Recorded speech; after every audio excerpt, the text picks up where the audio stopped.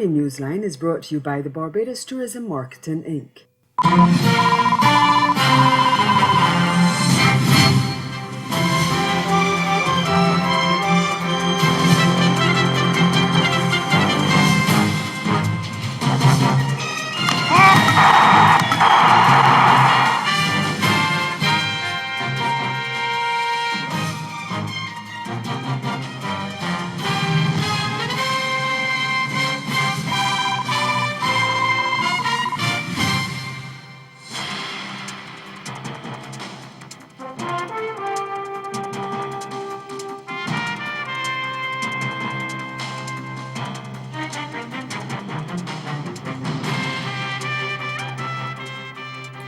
A Trinidadian man classified as a global terrorist. Our top story in Caribbean Newsline for Friday, March 31 from the CMC News Center in Bridgetown. I'm Ricardo Roberts. Good evening. Thanks for joining us. The Trinidad and Tobago government has already acknowledged that several citizens are fighting with terror organizations ISIS in Syria, but now the United States has designated one of them a global terrorist. Shane Dominic Crawford, one of the first Muslims to leave Trinidad to join ISIS, was among 5 people added to the U.S. State Department's list of specially designated global terrorists on Thursday. The State Department said Crawford, who has 4 aliases, is believed to be carrying out terrorist activity on behalf of ISIS, including acting as an English language propagandist for the group. The global terrorist designation means that U.S. citizens are prohibited from engaging in transactions or dealings with Crawford, and that any of his property and his interests in property under U.S. jurisdiction have been frozen. Crawford was among several people detained in 2011 in an alleged plot to assassinate the then Prime Minister Kamla Persad-Bissessar. No charges were ever laid against the group. But late last year, Crawford was quoted in an ISIS magazine admitted to several killings in his homeland. Dominica's main opposition United Workers' Party, the UWP, is calling for an interim national unity government to replace the Roosevelt-Skerrit administration. Addressing 2 public meetings on Thursday night, UWP leader Lennox Linton said a government of national unity is needed to manage the affairs of Dominica. We want that interim government of national unity, appointed through the constitutional process, to put a commission of inquiry into how our citizenship by investment program is running.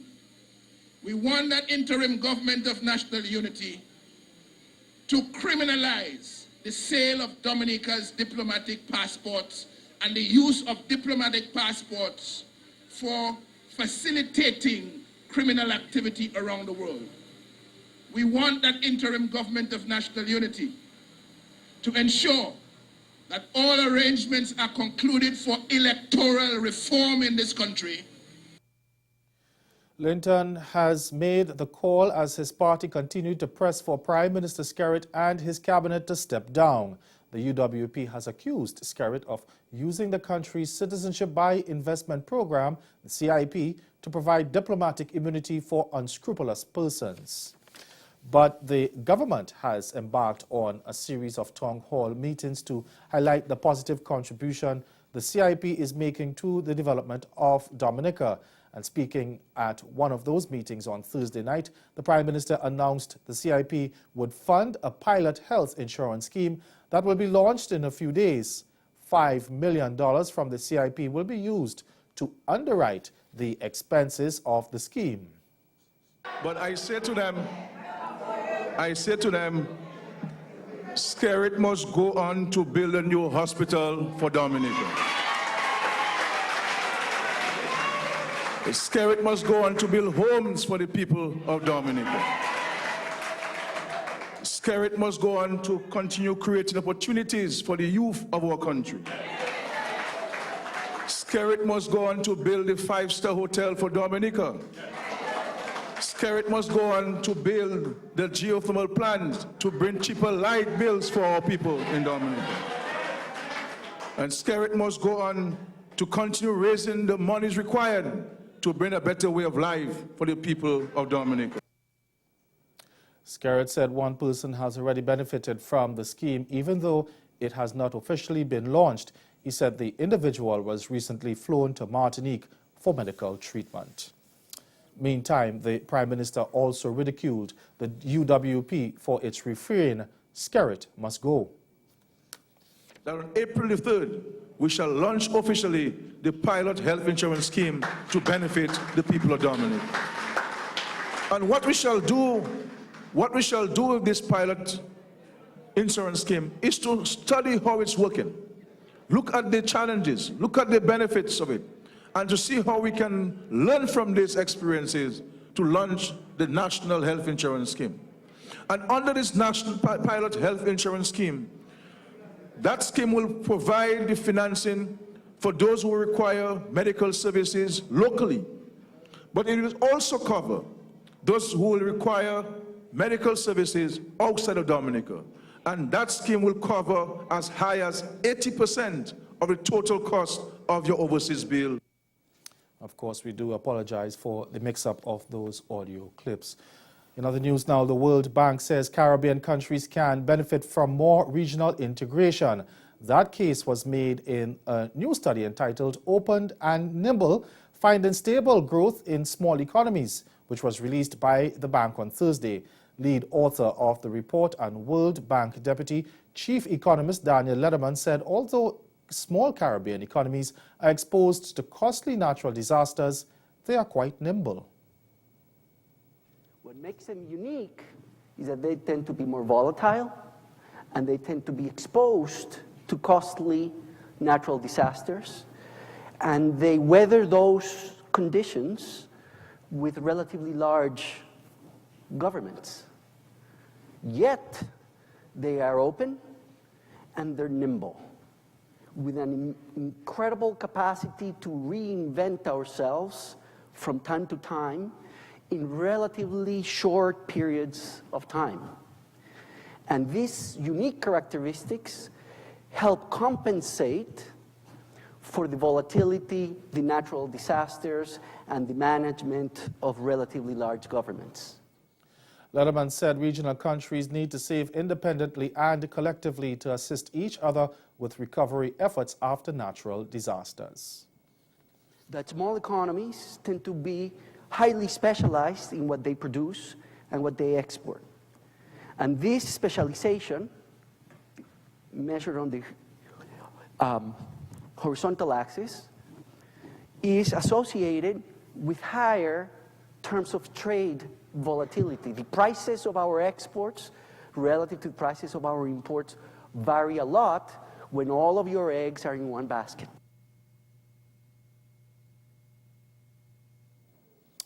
St. Lucian economist Adrian Auger has sounded a grim warning that the country is in financial trouble, and he has compared the state of the economy to an old farm that is under-fertilized, overexploited, ruined by bad farming, and yielding smaller harvests every year.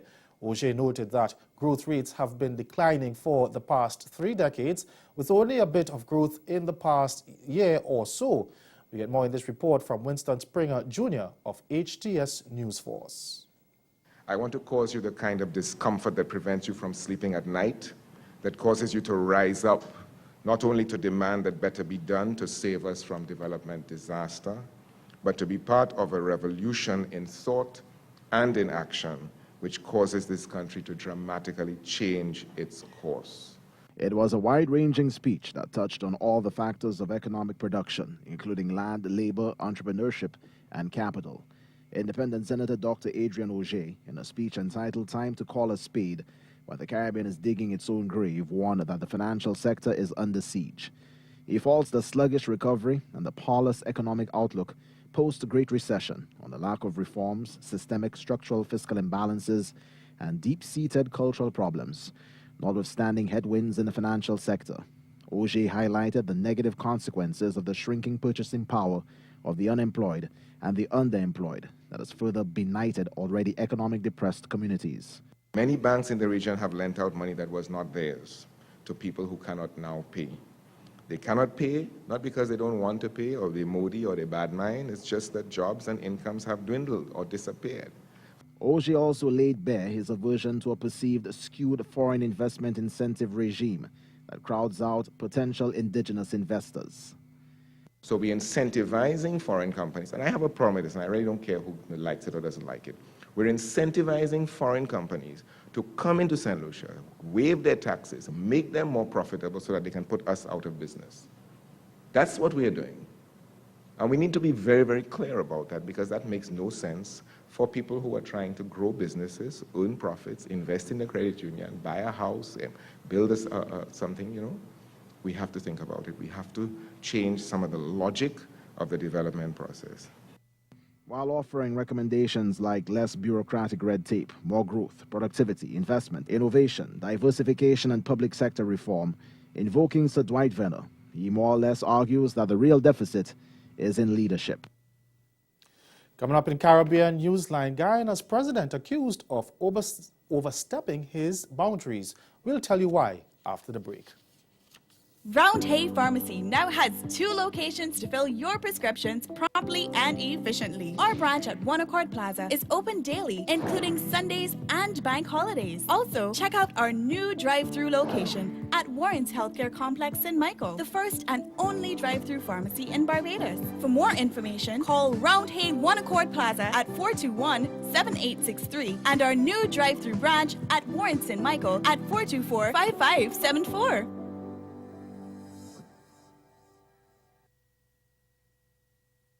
The most anticipated musical experience returns. Join us throughout beautiful Tobago as we celebrate the universal language with performances by Grammy Award winner D'Angelo, legendary singer Grace Jones, Shabba Ranks, Morgan Heritage, Ellen Trotman Kess the Band, and many more. The 2017 Tobago Jazz Experience, April 22nd to 30th. Ravenel's Resort and Conference Center is the mecca of conferences in the island of Tobago. The state-of-the-art facility caters to executive forums, weddings, banquets, training, elegant dining, and tranquil accommodations. Guests at Ravenel's Resort can choose from self-catering, standard, deluxe, and executive rooms. Sit at the poolside and savor the ambience of nature, or enjoy a sumptuous meal on the terrace and inside the Bouvardia restaurant. Let's go to Ravenel's Resort and Conference Center, the tranquil Caribbean Resort. Call 868-639-9666 or visit our website at www.rovenelsresorttobago.com.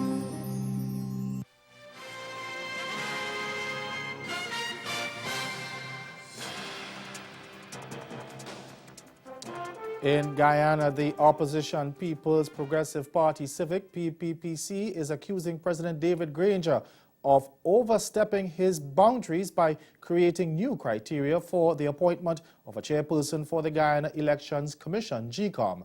The opposition says it is concerned that with the new criteria, civil society bodies are finding it difficult to come up with nominees. We get more in this report from Kristen Macklingam of HGP TV. Last week, leader of the opposition Barrett Jagdeo met with civil society bodies with regards to selecting candidates for the post of GECOM's chair. However, some of these bodies are struggling to provide suitable nominees, says PPPC Chief Whip Gail Teixeira. Some organizations have submitted their nominations. Some organizations have admitted they're having difficulties finding persons who can fulfill the criteria established by the president. And even those names that may have been submitted, if one goes to the criteria strictly, may not fulfill all the criteria. PPPC Chief Whip Gail Teixeira. She pointed out that the focus of the Constitution is the integrity and independence of the chairperson, but that the actions of President Granger by coming up with new criterion has proven that he has overstepped. The position of the parliamentary opposition, as expounded by the leader of the opposition, is that His Excellency the President has gone beyond the Constitution and placed undue restrictions and pressure and duress on the selection of the position of chairperson, which the Constitution itself did not contemplate. With regards to the next step concerning the nominees to be provided by civil society to the opposition, that process could consume a lot of time. There are 15 names, but they're not 15 individual names. There are 15 submissions. In other words. But there are some civil society bodies who indicated that when they have examined the criteria, even when they come up with names, not one name can fulfill the entire criteria. This week we will be examining the submissions. We, that is the PPP and the opposition, will be examining the list, and we will then make our decision with what we will do. And that report from Christian Macklingam of HDP News. A court in Grenada has blocked the deportation of a St. Lucian woman facing several money laundering charges.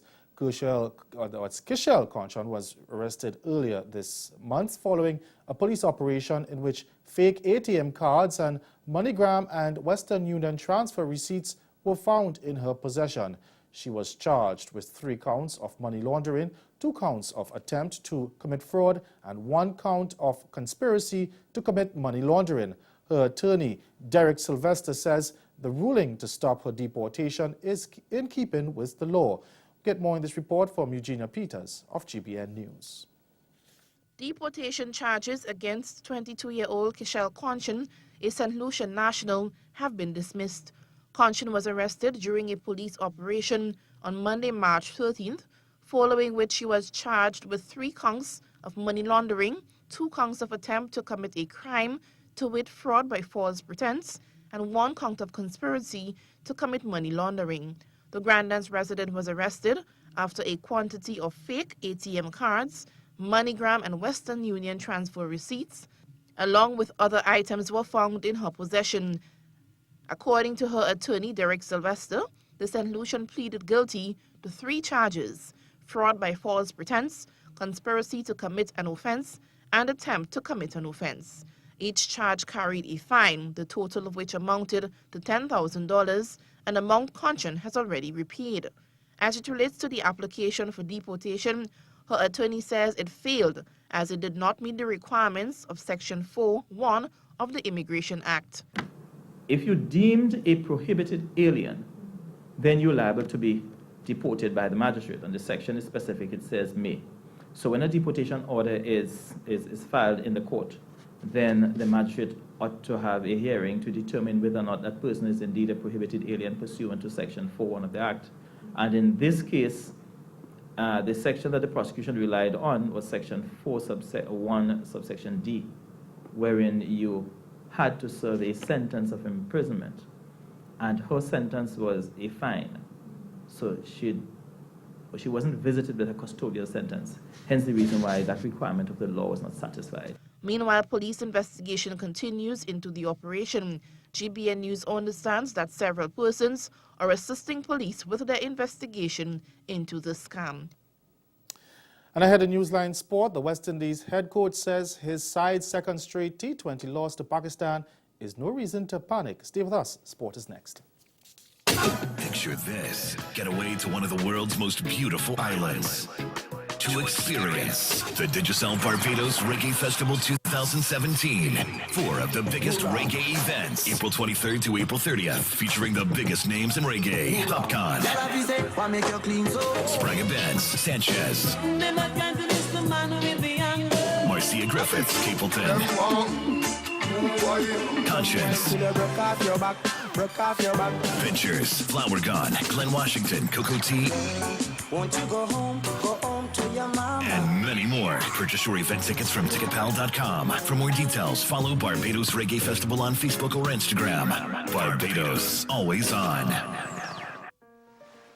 It's not about exercising.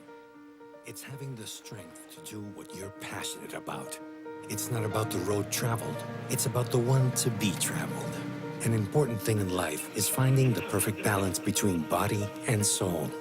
With a bottle of Ensure, you get the proteins, calcium, and 26 vitamins and minerals your body needs to live the best moments of your life with strength and energy. Your life, your health, your Ensure. Round Hay Pharmacy now has 2 locations to fill your prescriptions promptly and efficiently. Our branch at One Accord Plaza is open daily, including Sundays and bank holidays. Also, check out our new drive-through location at Warren's Healthcare Complex in Michael, the first and only drive-through pharmacy in Barbados. For more information, call Round Hay One Accord Plaza at 421-7863 and our new drive-through branch at Warren's in Michael at 424-5574.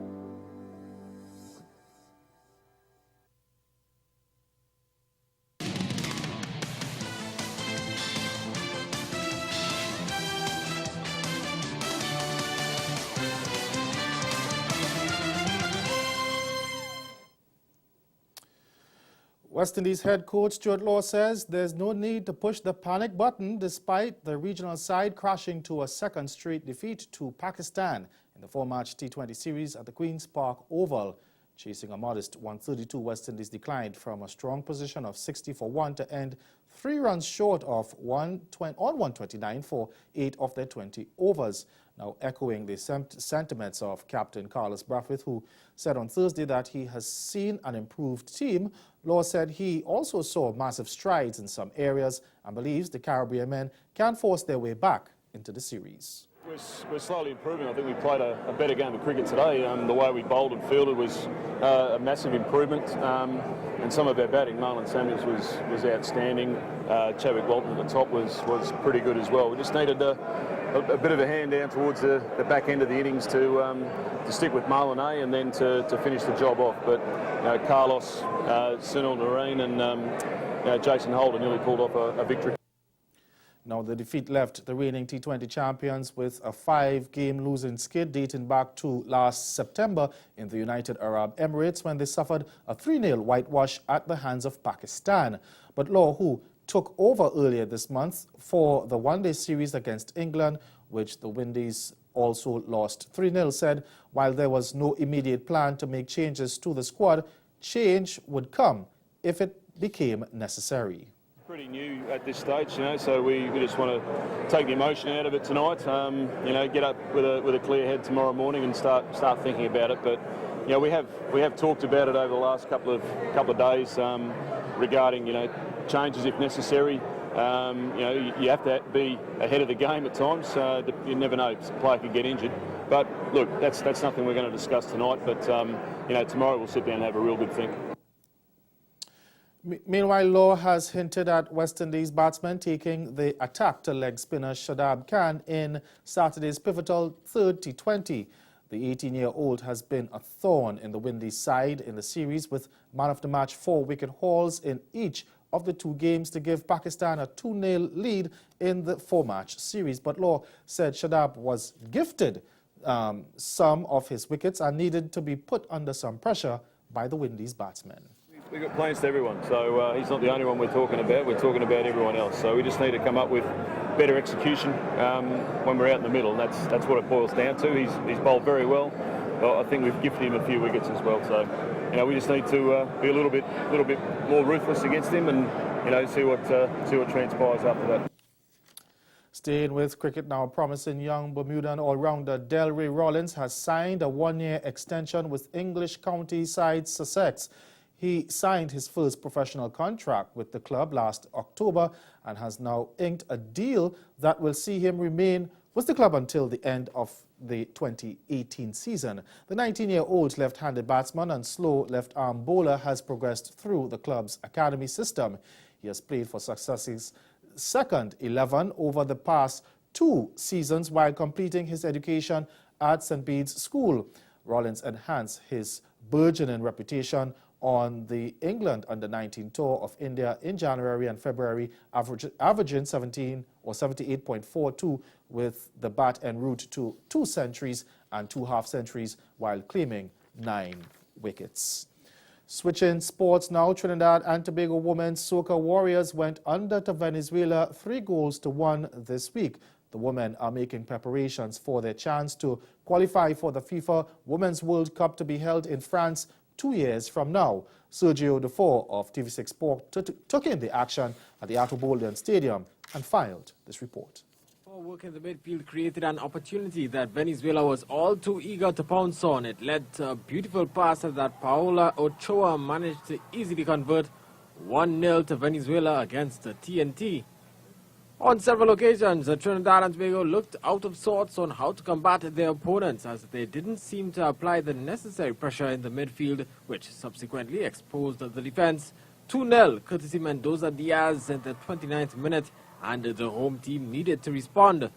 The Women Warriors did manage to get the goal they were looking for. Tasha St. Louis fires a shot in, which rebounds to another TNT player who turns but is fouled in the box. St. Louis stepped up and calmly places it into the back of the net. 2-1. TNT asked further questions as the match went on. The most interesting was this free kick that the keeper looked to have held on to in her net, but the goal was not given. And the third goal came despite resistance from TNT.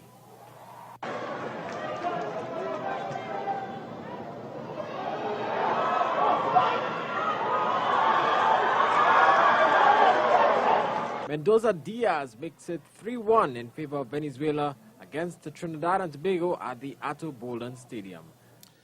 And an international friendly match between Guyana Jaguars and Martinique ended in a goalless draw. Isan Griffith of Capital News has that story. The matchup between Guyana Jaguars and Martinique ended in a 0-0 draw. The local crowd was disappointed that the Jaguars were unable to find the back of the net, but that was due to the defensive approach taken by Team Martinique. Trinidad and Tobago-based goalkeeper Andrew Durant made some excellent saves for the Jaguars. Came out, as the captain said, we came out not to concede a goal and not to lose the game, and that is what we achieved. In the first half, they make the game a bit difficult for us because we thought they was a sit back and let us come, but they take the game to us, and we were a bit uncomfortable in the early stages. But once the game wore off and we found our way, we started to impose our own style of play on the Martinique team. And we see that we created many chances. They created chances too, but at the end result, it was 0-0, which we welcome and accept. We knew we would be a little bit tired, but I think we played pretty well. We did all we wanted to do, and we didn't score. We weren't very efficient. And that's the sport. We'll be right back. Caribbean Newsline is brought to you by the Barbados Tourism Marketing Inc. Awards for Excellence invites nominations for its next awards cycle in the categories Arts and Letters, Science and Technology, Public and Civic Contributions, and Entrepreneurship. Join the growing college of distinguished laureates from throughout the region we've honored in the last decade. Visit www.answercaribbeanawards.com for forms and instructions. Nominations close on March 31st. Straight out of the bodacious and beautiful culture of the Caribbean comes a music and talent competition like no other. Brace yourself for the exciting, entertaining, extraordinary, and new reality docuseries, Icon of the Islands. The story begins in the breathtaking backdrop of the U.S. Virgin Islands. Every year, this is where a wide and diverse range of contestants of all ages and backgrounds audition for a wildly popular and prominent local talent competition. And the ultimate goal for each contestant is to win. I already have my favorites, but my favorites may not prevail tonight. Some moments will bring performers to their knees, while some performances will bring fans to their feet. Get ready to see which star will be the last one shining in the spotlight as the stars align this season on Icon of the Islands.